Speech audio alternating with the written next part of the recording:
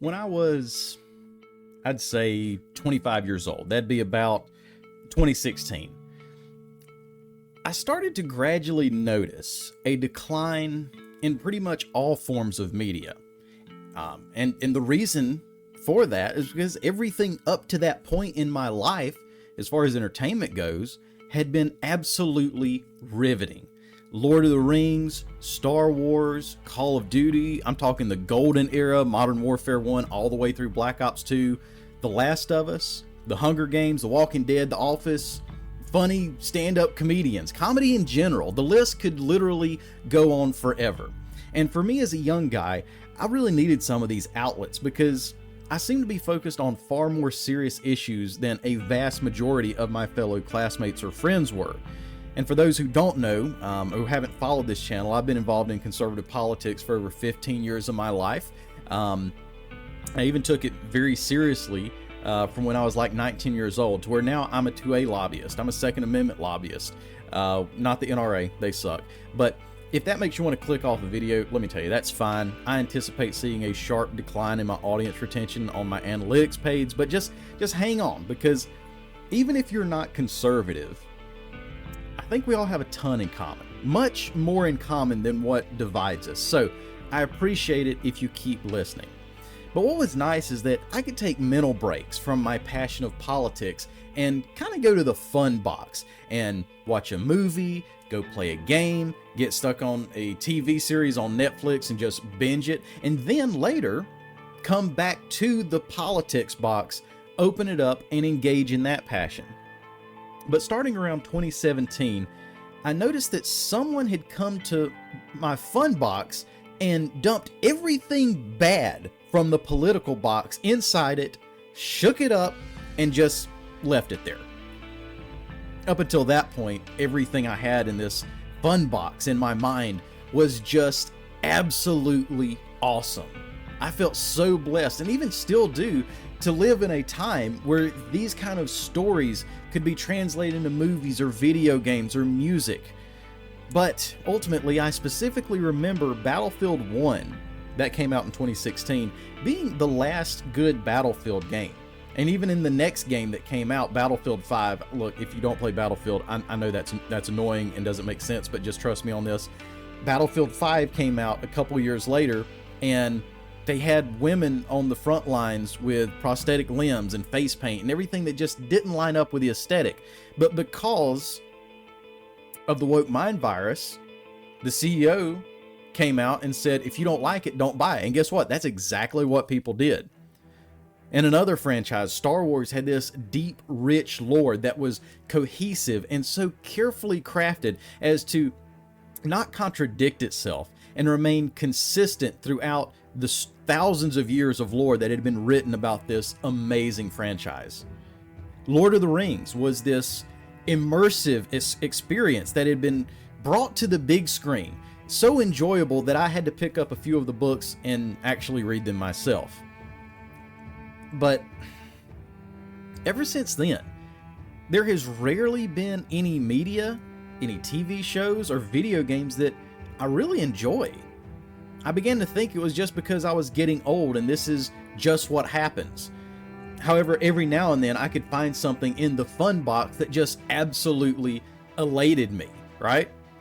An example of this would probably be the Mario movie. Even though I'm not a huge Nintendo fan, I could tell the people who wrote that movie knew everything about the Nintendo universe, knew everything about not just Mario, but the mechanics of the game. And that's awesome. And I would love things like this. Maybe not because it was that awesome, but because it was at least acceptable or had decent writing with no plot holes. Or maybe it was a TV show like The Impractical Jokers, whose writers' only goals served one purpose, and that was just to make people laugh. Somehow, it hadn't been tainted with the garbage of the political box, and it was so refreshing to enjoy. And there were several of these franchises that I really did for a very short amount of time, only to come back later a few months and realize that, dang it, politics got all over this new fun media I discovered and had in essence ruined it. And it wasn't just because things, went woke. Of course, don't get me wrong, it is extremely annoying to have a character's sexuality shoved in your face every single scene of a movie that does little to nothing to advance the storyline. It's extremely annoying to see practices that claim the show wants to appeal to a so-called modern audience that really doesn't even exist, but in reality just serves the purpose to preach, demean, and shame the current audience. Slaves built this country. Yes, that was annoying, but nowadays the left is starting to claim, well, just because you don't like it doesn't mean that it's woke. However, the reason some of these series and forms of entertainment are being called woke, even if they don't overtly feed false and demeaning narratives to the audience, is because the wokeness was what caused the damage from the inside. DEI hiring practices have consistently hired people who have no passion in whatever project that they're working on. They only want to input themselves into the timeless and classic franchises we all love. Kathleen Kennedy, the head honcho of progressivism, who was put over Star Wars and routinely wore shirts proclaiming the Force is female, shockingly claimed to her fans, to the Star Wars community, that she had no source material outside of the movies, when every Star Wars fan knows that there are literally tens of thousands of pages of lore, not just in novels, but in comic books and video games and much more. The developers of the Halo TV show boastfully told their fans that they never played the original games and had no intention to. I'm sorry, but if you don't even know what made the franchise a viral success in the first place, who are you to think that your ideas are so great and that your progressivism puts you on the moral high ground so much so over everyone else's heads that you singularly get to redefine classics like the Halo franchise? And when The Last of Us TV show aired, it started very strong, but soon after painted an entire religion as pedophiles and villains, and putting an entire show that wasn't even an entire episode that wasn't even in the game, forcing us to watch two men have sex with each other, and really just used a beloved franchise just to push a radical political message. And of course, don't even get me started on Lord of the Rings. We all know how tragically that franchise has been botched, but circling back to that, I guess Tolkien really was right. In his writings, he always showed and even explained it later that evil can never create. It has to twist, it has to manipulate, it has to pervert what was once beautiful. And in fact, most of the monsters in Tolkien's world were once beautiful creatures that fell from grace and became demented, corrupt, and evil. This is exactly what the woke mind virus has done with dozens of our favorite franchises. And now it's even crept its way into the airline industry, where pilots no longer get selected for their competence and adherence to safety, but more so what color their skin is. What kind of clown world are we living in, and how did we let it get this bad? But fortunately, I don't know, we're starting to see the clouds break a little bit here, which is why I'm writing this script. I'm seeing a huge shift in the environment, and I don't know if you have, but let me know in the comments below if you've perceived the same thing, because Walmart, John Deere, Toyota, Lowe's, all of these enormous corporations are pulling funding for their multi-million-dollar LGBT and DEI projects to focus those funds back on actually making good products. The whole reason your customer base gives you their business. But let's not pretend that the mega corporations pulling all this funding from the radical agenda of LGBT and DEI aren't seriously gutting these harmful movements. Having millions pulled from your largest supporters is seriously going to hamstring any ability the DEI movement, LGBT movement has to mobilize their message, and makes these stupid DEI marketing degrees even more useless than they were before. And even in meme culture, there has been a complete 180. I used to frequent this meme site called 9gag for years, and I've seen the complete about face that the content has taken. Instead of demonizing Christianity and shaming people who don't think kids should transition in their preteens, it's all a 100% rejection of the woke mind virus now. It's truly astounding. progressives and liberals are being dunked on at every single opportunity. Just look up the memes about the new Jaguar ad and you'll instantly see it. That backlash that we are seeing now for Jaguar, that would not have happened in 2017, but it's massive and it really can't be ignored now.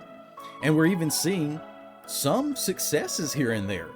The recent Fallout series that came out this past year had a diverse cast of players and was an overwhelming hit, and it tipped its hat to the Fallout fans that made the franchise so successful. There's nothing wrong with having a diverse cast of players. There's nothing wrong with that.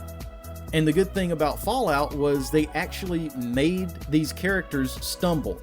They made them people that I could connect with. I didn't care if it was a black guy and a white girl with another white dude. I mean, I don't care about these things. And largely most Americans and most people in general really don't. We care about a well-written story. And developers and writers that care about the franchise enough not to preach back to their members or not to hire anybody that's going to do that. So there's proof that no, it's not just because you're getting old. It's not just because you're losing interest in things that are cool. It's that cool stuff simply hasn't been done in the last 8 or so years. So I want to beg the question with bated excitement. With DEI on the way out, could gaming, could movies, and TV series be close to making a comeback? Could writers be hired for their passion and love for the franchise they're working on instead of just checking a box on a DEI checklist? That's actually a real thing. I'm looking at you, Activision. Could epic series like The Hunger Games, Call of Duty, Battlefield, could they all start making this awesome content that we loved back in the day? Well, one thing is for sure.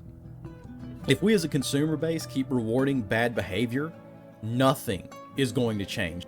So, could we finally go back to the fun box and just experience fun like we used to? Wouldn't that be an amazing thing? Tell me what you think. Is it possible in 2025 and going forward that we might actually start getting really good TV shows, games, have very immersive experiences like we did back when we were younger? I don't know. We'll end up seeing what happens. But thank you guys for listening all the way to the end of this. I know we're a Battlefield channel. I know we're a gaming channel, but this is something that's been laying on my heart. I appreciate anyone who has listened all the way through this. If you enjoyed this, if you agree, or maybe if you just want to, if you think it's a good point and you're glad that someone's talking about it, drop a like, leave a comment, and give me your opinion. Anyways, guys, thank you so much for listening. Y'all have a blessed day. Hit you good out.